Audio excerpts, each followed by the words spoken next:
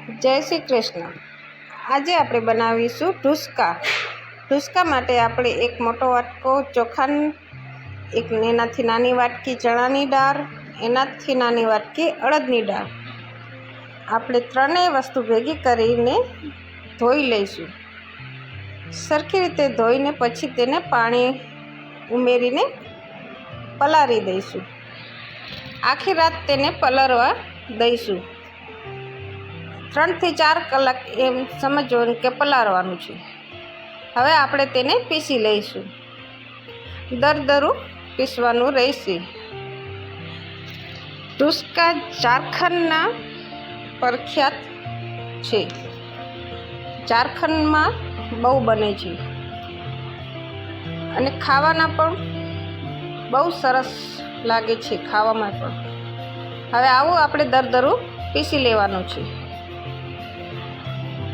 થોડું થોડું પાણી ઉમેરતા જવાનું ને પીસતા જવાનું, એટલે સરસ રીતે પીસાઈ જાય।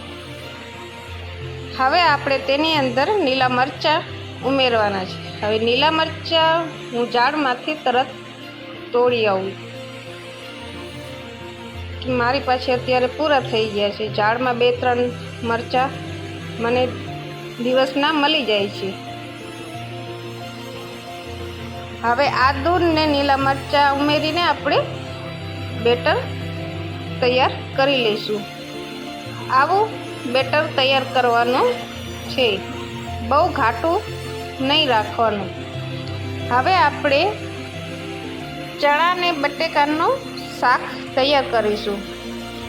1 વાટકી ચણા લીધા છે, 2 થી 3 બટેકા લીધા છે, લીલી સૂકી ડુંગળી, લીલા મરચાં ને 1 ટમેટું। હવે આપણે તેનો વઘાર કરીશું। કઢાઈમાં તેલ ઉમેરીશું, રાઈ જીરું ઉમેરીને હિંગ ઉમેરીશું। હવે આદુ લસણ લીલા મરચાંની પેસ્ટ ઉમેરીશું। આપણે તેને થોડીક સાતરવા દઈશું। તમે મારો વિડીયો જોવો છો તો લાઈક, શેર અને સબસ્ક્રાઈબ કરી દેજો। હવે આપણે તેની અંદર ડુંગળી ઉમેરી છે। ડુંગળીને થોડીક વાર આપણે સાંતળવા દઈશું। હવે આપણે તેની અંદર હળદર, ધાણા જીરું પાવડર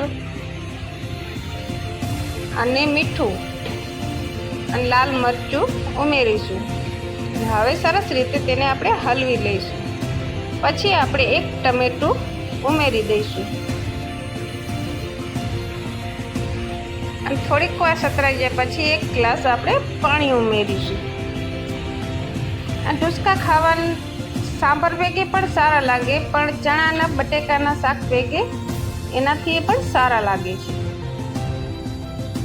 હવે આપણે ચણા ઉમેરી દીધા છે, એટલે વધારે 1 ગ્લાસ હજી પાણી ઉમેરીશું। હવે બટેકાને આવી રીતે ચૂરો કરીને તેની અંદર ઉમેરીશું। આપણે આમ બટેકાનો એકદમ આમ છૂંદો કરીને નહીં ઉમેરવાના, આવી રીતના અધકચરો ચૂરો કરીને ઉમેરી દેવાના। હવે આપણે શાક હલવી લઈશું અને થોડીક તારે ખાવા દઈશું તેને।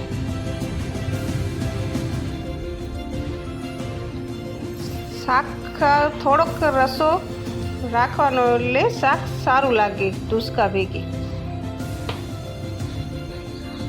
હવે આપણું શાક થઈ ગયું છે તૈયાર। હવે આપણે ઢુસકા ઉતારી લઈશું।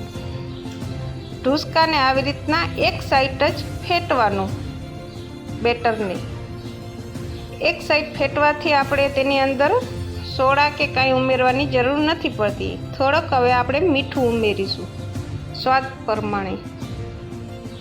આ બાજુ આપણું શાક પણ થઈ ગયું છે તૈયાર। એની અંદર આપણે ધાણા ઉમેરી દઈશું। હવે આપણે તેલ મૂકી દઈશું।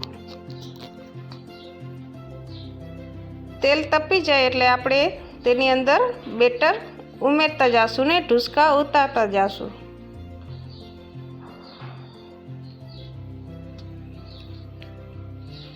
ઢુસકા 3 થી 4 બેટર તેલની અંદર ઉમેરવાનું, એટલે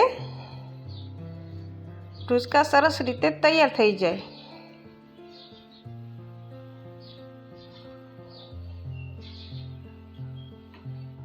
હવે બ્રાઉન કલરના થાય ત્યાં સુધી આપણે તેને તરવા દઈશું.